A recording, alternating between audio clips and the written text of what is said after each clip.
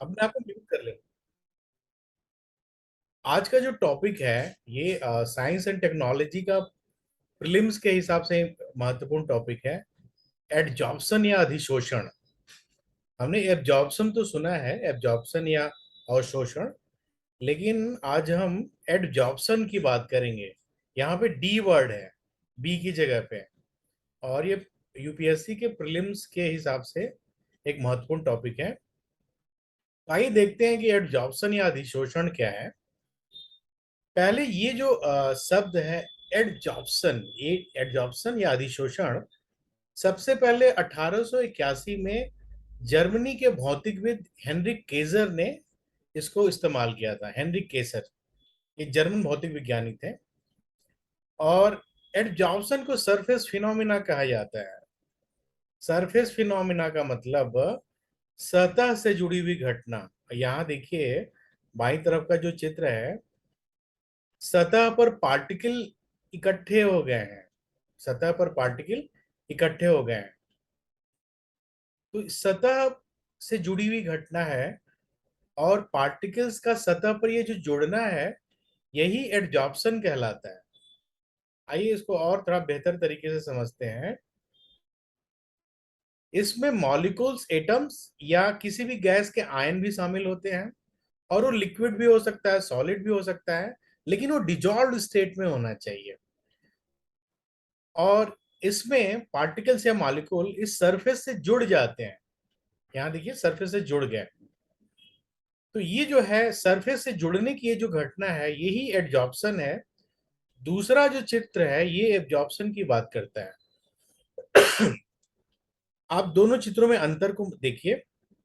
पहले चित्र में जो पार्टिकल्स हैं ये सतह पे जुड़ गए हैं, और दूसरे चित्र में पार्टिकल्स सतह के अंदर चले गए हैं, अवशोषित हो गए हैं। तो ये अवशोषण है, अंदर चला जाना। और सतह पर इकट्ठा हो जाना या जुड़ जाना, वो अधिशोषण है या एडजॉर्प्शन है।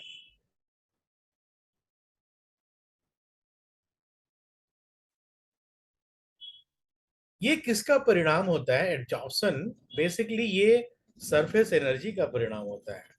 जितनी भी सतह होती है ना, उसमें कुछ ना कुछ एनर्जी होती है। तो ये जैसे मान लीजिए चारकोल के साथ अगर मिथिलीन ब्लू को अगर रखा जाए, तो चारकोल की सतह पर मिथिलीन ब्लू के पार्टिकल्स ऐसे धीरे धीरे सरफेस एनर्जी की वजह से जुड़ जाते हैं, इकट्ठे हो जाते हैं। तो यहाँ पे चारकोल को हम कहेंगे एडजॉर्बेंट, एडजॉर्बेंट कहेंगे। और मिथिलीन ब्लू को कहेंगे एडजॉर्बेट। यानी कि जो सतह पे जुड़ता है वो कहलाता है एडजॉर्बेट, और जिसकी सतह पे जुड़ा जाता है उसको कहते हैं एडजॉर्बेट।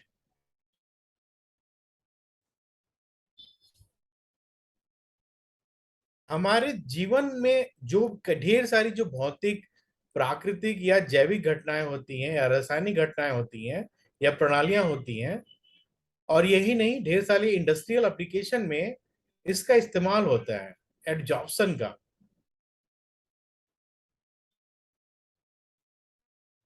तो अभी ऊपर वाले चित्र में हमने देखा कि हाई कंसंट्रेशन का जो अगर मिथिलीन ब्लू है, तो वो चारकोल में, चारकोल की सतह पे जुड़ जाता है, अंदर नहीं चला जाता। अगर वो अंदर चला जाता तो एब्जॉर्प्शन की घटना हो जाती। मैं सतह पे जुड़ने की बात कर रहा हूँ, सरफेस फिनोमिना की बात कर रहा हूँ। वो फिनोमिना जो सरफेस एनर्जी की वजह से होती है।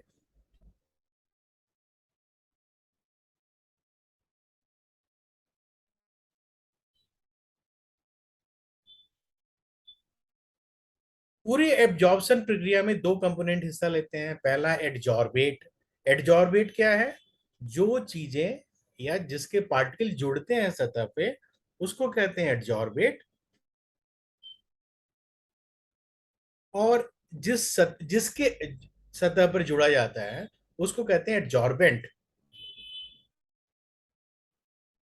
तो एडजॉर्बेंट के कुछ उदाहरण है, हाइड्रोजन, नाइट्रोजन, ऑक्सीजन गैसेस हो सकती हैं।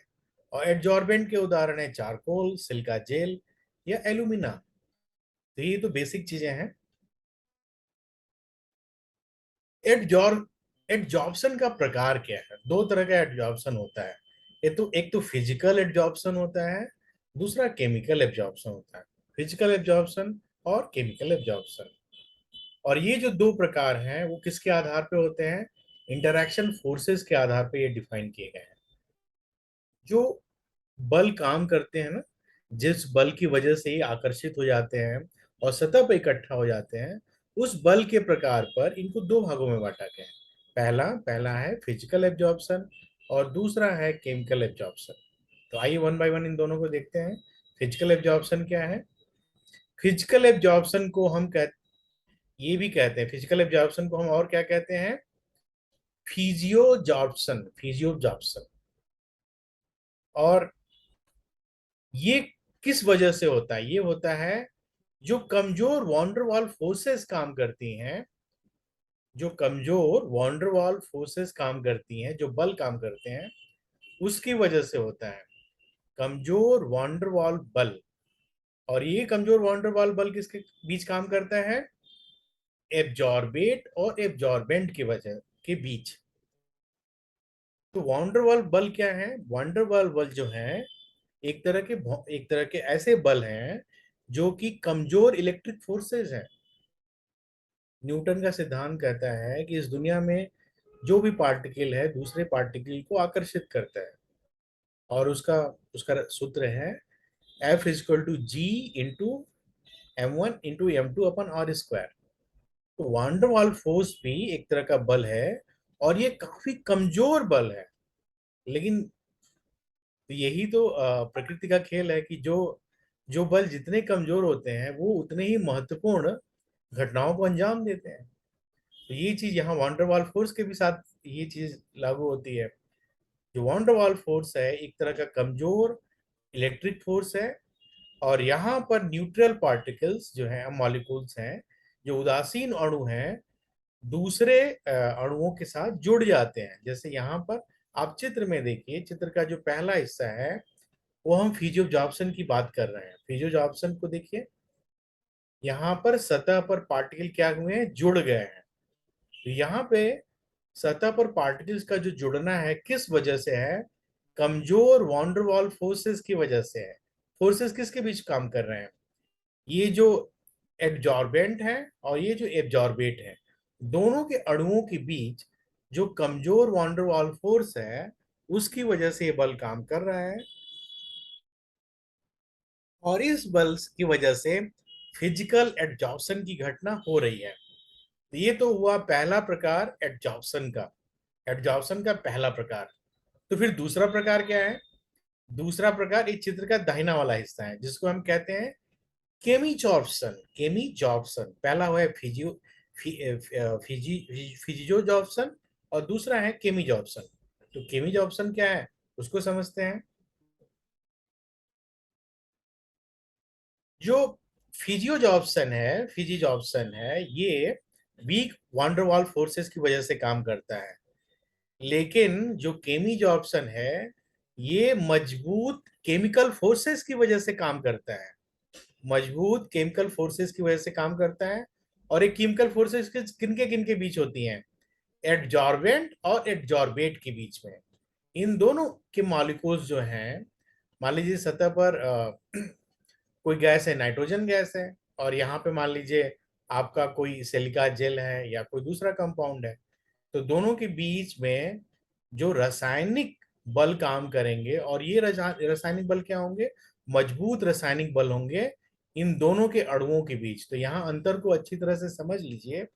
जो फिजियोजॉर्प्शन है वहां पर कमजोर वॉन्डरवॉल फोर्स काम करता है, और केमिजोजॉर्प्शन जो है उसमें मजबूत रासायनिक बल काम करता है। पहला। दूसरा अंतर क्या है? इसमें इलेक्ट्रिक फोर्स होता है और इसमें केमिकल फोर्स होता है। तो केमिकल एब्जॉर्प्शन का उदाहरण क्या है? जब आयरन नाइट्राइड बनता है, कब बनता है? आयरन के रिएक्शन से नाइट्रोजन की गैस के साथ जब रिएक्शन होता है। मान लीजिए ये आयरन का कोई छड़ है, कोई स्टील है, या आयरन का कोई प्लेट है, और यहाँ पे कोई नाइट्रोजन गैस आती है। तो दोनों जब एक दूसरे से संपर्क में आएंगे तो आयरन की सतह पर नाइट्रोजन गैस के मॉलिक्यूल जुड़ जाएंगे और यहाँ पे जुड़कर आयरन नाइट्राइड बना लेंगे। आयरन नाइट्राइड बना लेंगे और ये आयरन नाइट्राइड के बनने की घटना क्या कहलाएगी? Chemical adsorption. ये सारी चीजें सतह के ऊपर हो रही हैं, अंदर कुछ भी नहीं हो रहा है। अगर ये अंदर होने लगे तो फिर ये एडजॉर्प्शन नहीं होगा, ये हो जाएगा एब्जॉर्प्शन। एब्जॉर्प्शन का मतलब सतह के अंदर चीज जाने लगे और शोषित होने लगे। लेकिन यहाँ अवशोषण नहीं हो रहा है, यहाँ अधिशोषण हो रहा है। एडजॉर्ब सतह पर ये घटना क्या कहलाती है? ये एक सरफेस फिनोमिना है। ये एक ऐसी घटना है जो उस कंपाउंड के, उस मॉलिक्यूल के सतह से जुड़ी हुई घटना है। आइए इसमें कुछ और अच्छी इंपॉर्टेंट चीजों पे बात करते हैं।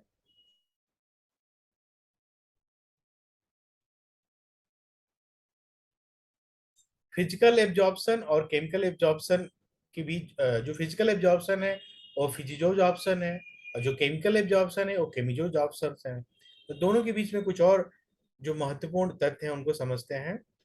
जो फिजिकल एब्जॉर्प्शन है वो फिजिकल फोर्सेस की वजह से काम करता है, यानी कि ये जो घटना है ये एक वीक फिनोमिना है, ये एक कमजोर घटना है जो कि आसानी से फिर से अलग अलग चीजें हो सकती हैं। दूसरा, ये जो घटना है वो मल्टी लेयर्ड प्रोसेस है, मतलब अगर सतह पर पार्टिकल जुड़ते हैं तो ढेर सारे लेयर में जुड़ेंगे।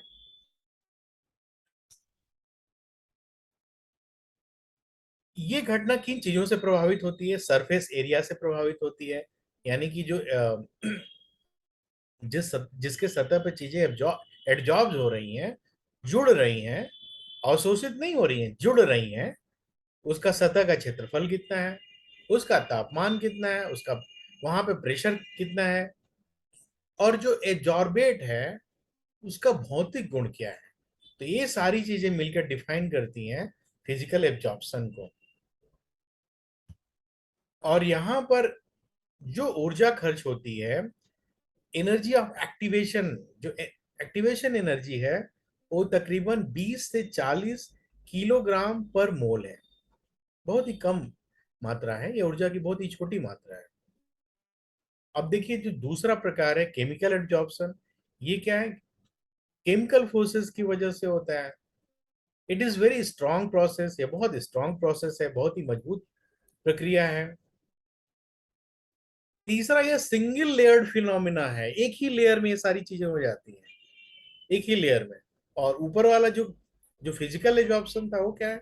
वो कई लेयर्स में होता है। ये भी सरफेस एरिया पे डिपेंड करता है, टेम्परेचर पर डिपेंड करता है, एब्जॉर्बर्स के नेचर पे डिपेंड करता है। लेकिन यहाँ पर एनर्जी ऑफ एक्टिवेशन देखिए वो कितनी है। यहाँ पे एनर्जी ऑफ एक्टिवेशन बहुत ज्यादा है, लगभग 2 से 10 गुनी ज्यादा मात्रा है एनर्जी ऑफ एक्टिवेशन।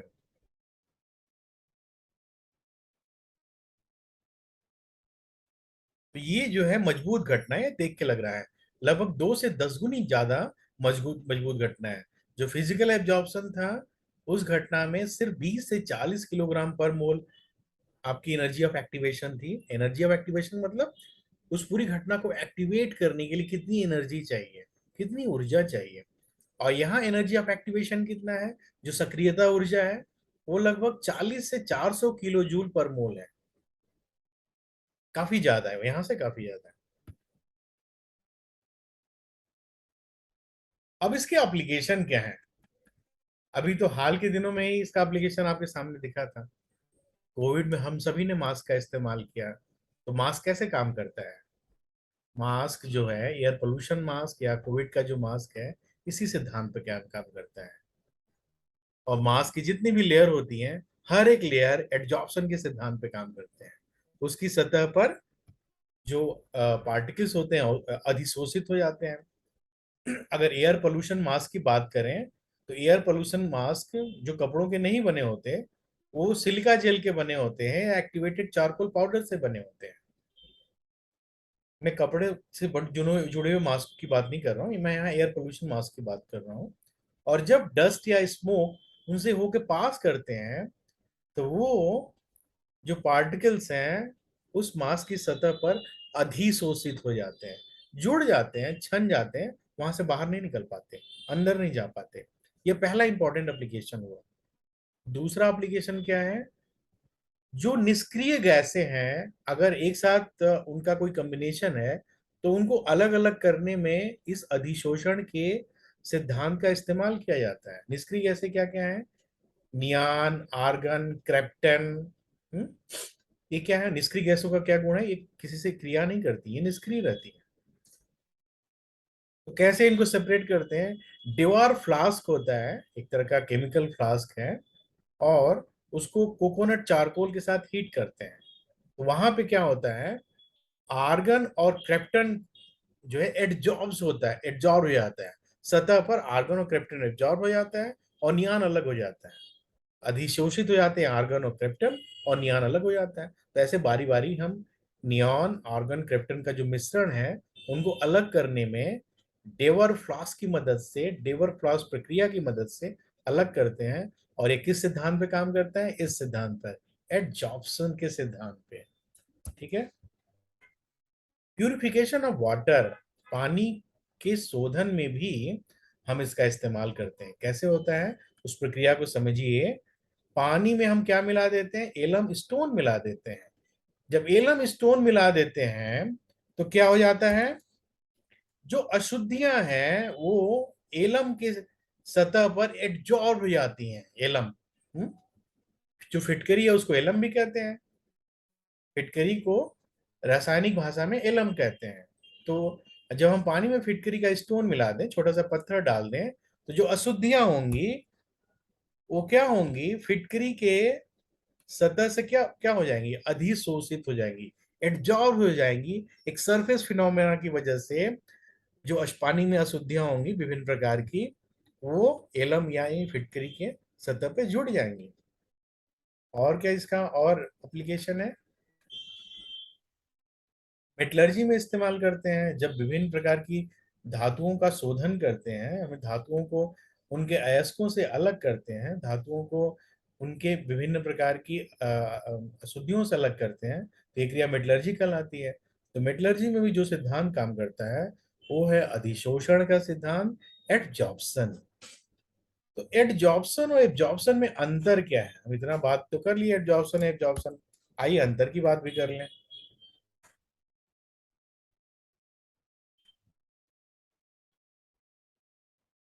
जो अवशोषण होता है वो क्या होता है?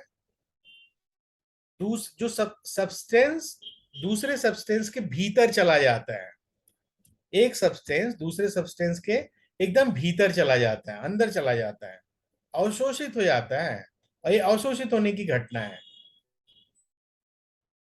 लेकिन एडजॉर्प्शन जो है, ये सतह पर इकट्ठा होने की घटना है। ये सतह पर इकट्ठा होने की घटना है, अंदर जाने की घटना नहीं है। इसमें क्या होता है? इसमें एक तत्व के एक एक तरह के मॉलिक्यूल दूसरे मॉलिक्यूल की सतह पर इकट्ठा हो जाते हैं। दूसरा क्या अंतर है? जो एब्जॉर्प्शन है, यह सरफेस फिनोमेना नहीं है। जब अंदर चला जाएगा तो सरफेस फिनोमेना रही नहीं जाएगी, सतह की घटना रहेगी नहीं। लेकिन एब्जॉर्प्शन, जो एब्जॉर्प्शन है, अधिशोषण है, वो एक सरफेस प्रोसेस है। वो वहां पर जो प्रक्रिया है वो सतह से जुड़ी हुई प्रक्रिया है। फिर क्या इन दोनों में एक और महत्वपूर्ण अंतर है? क्या अंतर है? जो अवशोषण की प्रक्रिया होती है स्पॉन्टेनियस होती है, तुरंत हो जाती है। गया पार्टिकल, जाके अंदर सीधे अवशोषित हो गया, अंदर चला गया। लेकिन एडजॉर्प्शन जो है, अगर किसी सॉलिड में कोई गैस एडजॉर्ब हो रही है, जैसे अभी मैंने बताया आयरन पर, अगर नाइट्रोजन के पार्टिकल्स अगर जुड़ रहे हैं, तो वो स्पॉन्टेनियस नहीं होते, उनमें समय लगता है। सॉरी, वो स्पॉन्टेनियस होते हैं, वो तुरंत हो जाते हैं। जो अवशोषण की घटना है वो स्पॉन्टेनियस नहीं होती, वो समय लेती है। लेकिन एडजॉर्प्शन की जो घटना होती है वो स्पॉन्टेनियस होती है, तुरंत हो जाती है, क्योंकि इसमें केमिकल रिएक्शंस इन्वॉल्व होते हैं। और मैंने ऊपर भी बताया है कि जो एडजॉर्प्शन है उसमें लेस मॉलिक्यूलर इंटरेक्शन होता है, और अवशोषण की घटना में ज्यादा मॉलिक्यूलर इंटरेक्शन होता है। कुछ और घटनाएं हैं एडजॉर्प्शन की, उसकी हम बात करते हैं। वाटर एब्जॉर्प्शन की जो घटनाएं होती हैं केमिकल इंजीनियरिंग में उसका इस्तेमाल करते हैं। जो वायरस हैं, जो बैक्टीरिया हैं, जो विषाणु हैं, उनमें एब्जॉर्प्शन की घटना होती है। ये बड़ा इंटरेस्टिंग सा उदाहरण है। आप चित्र से देखिए, जो वायरस साइकिल होता है, मतलब वायरस किसी दूसरी कोशिका में जब प्रवेश करता है तो एक साइकिल के तहत प्रवेश करता है, एक चक्र के तहत प्रवेश करता है। तो इसमें इस चक्र का जो पहला जो चरण है वो एडजॉर्प्शन हो जाता है। एडजॉर्प्शन के सिद्धांत पे काम करता है। मान लीजिए कोई वायरस है, कोई विषाणु है, और इसको किसी होस्ट सेल में, मान लीजिए इंसान के शरीर के अंदर घुसना है, तो ये आसपास के पॉलीसेकेराइड से जुड़ेगा जुड़ेगा और पहले चरण में एडजॉर्प्शन के जरिए ये चीजें इसकी सतह पर इकट्ठा होंगी, और ये फिर एक पूरे समूह के रूप में फिर होस्ट सेल की सतह पर इकट्ठा होगा और वहां से जाके पेनिट्रेट करेगा। इसका जो पहला जो चरण है वो क्या है? एडजॉर्प्शन है। तो वायरस साइकिल जो है, उसका जो पहला सिद्धांत है वायरस साइकिल, विषाणुओं के शरीर में घुसने की प्रक्रिया का जो पहला चरण है वह एडजॉर्प्शन के सिद्धांत पे काम करता है। पॉलीमर एडजॉर्प्शन, पॉलीमर क्या होते हैं? जब बहुत सारे अणु आपस में जुड़कर एक बड़ा कार्बनिक कंपाउंड बनाते हैं, उसको पॉलीमराइजेशन कहते हैं, बहुलकीकरण कहते हैं। और बहुलकीकरण के सिद्धांत पे बहुत सारी रासायनिक घटनाएं होती हैं, रासायनिक क्रिया होती हैं, और इसका बहुत ज्यादा एप्लीकेशन है, हमारे दैनिक जीवन में बहुत ज्यादा एप्लीकेशन है। तो जो पॉलीमर एब्जॉर्प्शन है ये किस सिद्धांत पे काम करता है? एडजॉर्प्शन के सिद्धांत पर। पॉलीमराइजेशन एब्जॉर्प्शन के सिद्धांत पे काम करता है, और इसका दैनिक जीवन में बहुत ही इस्तेमाल है। क्या इस्तेमाल है? जो नॉन स्टिक कोटिंग होती है ना, नहीं चिपकने वाली जितनी भी कोटिंग्स होती हैं, वो सब एडजॉर्प्शन के सिद्धांत पे काम करती हैं।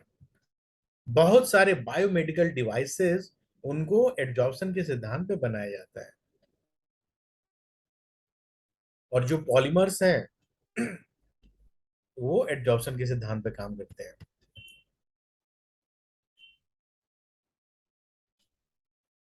एक छोटा सा क्वेश्चन है आपके लिए, और ये प्रीलिम्स के लिए बड़ा ट्रिकी सा क्वेश्चन है।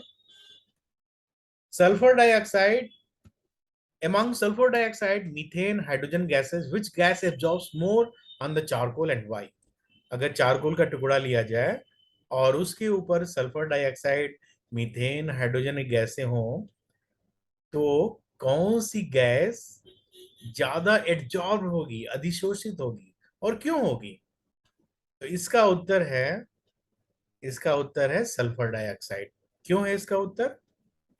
जिस गैस का क्रिटिकल टेम्परेचर जितना ज्यादा होता है, याद रखिएगा इस फैक्ट को, जिस गैस का क्रिटिकल टेम्परेचर जितना ज्यादा होता है उसका एडजॉर्प्शन रेट, अधिशोषण की दर उतनी ही ज्यादा होती है।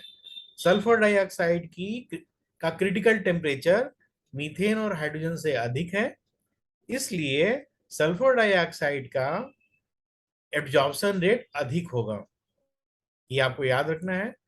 तो यहाँ पे क्रिटिकल टेम्परेचर की बात हो गई, तो आइए क्रिटिकल टेम्परेचर के बारे में थोड़ा सा समझ लेते हैं। क्रिटिकल टेम्परेचर है क्या? वो टेम्परेचर जिसके ऊपर कोई भी गैस लिक्विड में नहीं बदली जा सकती, भले ही हम कितना भी ज्यादा प्रेशर का इस्तेमाल करें, दबाव का इस्तेमाल करें। तो वो जो टेम्परेचर होगा जिसके ऊपर अब हम गैस को लिक्विड में कन्वर्ट नहीं कर सकते हैं, वो कहलाती है क्रिटिकल टेम्परेचर। ये है क्रिटिकल टेम्परेचर।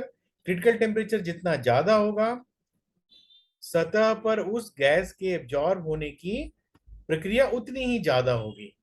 सतह पर उस गैस के एब्जॉर्ब होने की प्रक्रिया उतनी ही ज्यादा होगी। तो यहाँ पे सल्फर डाइऑक्साइड का क्रिटिकल टेम्परेचर बाकी दोनों गैस से ज्यादा था, तो उसकी उसका एब्जॉर्प्शन रेट ज्यादा होगा। लगे हाथ, क्रिटिकल टेम्परेचर के बारे में कुछ और चीजें जान लेते हैं। नाइट्रोजन का क्रिटिकल टेम्परेचर बहुत ही कम होता है, -146.9 डिग्री सेंटीग्रेड। अमोनिया का क्रिटिकल टेम्परेचर जो होता है काफी ज्यादा होता है, 132 डिग्री सेंटीग्रेड। पानी का क्रिटिकल टेम्परेचर सबसे अधिक होता है, 374 डिग्री सेंटीग्रेड। कार्बन डाइऑक्साइड का क्रिटिकल टेम्परेचर होता है 31.2 डिग्री सेंटीग्रेड, और हाइड्रोजन का क्रिटिकल टेम्परेचर बहुत ही कम होता है, -239.95 डिग्री सेंटीग्रेड। तो ये है आज हमने जो बताया एडजॉर्प्शन की परिभाषा क्या है, इसका एप्लीकेशन क्या है, और क्रिटिकल टेम्परेचर से कैसे संबंधित है।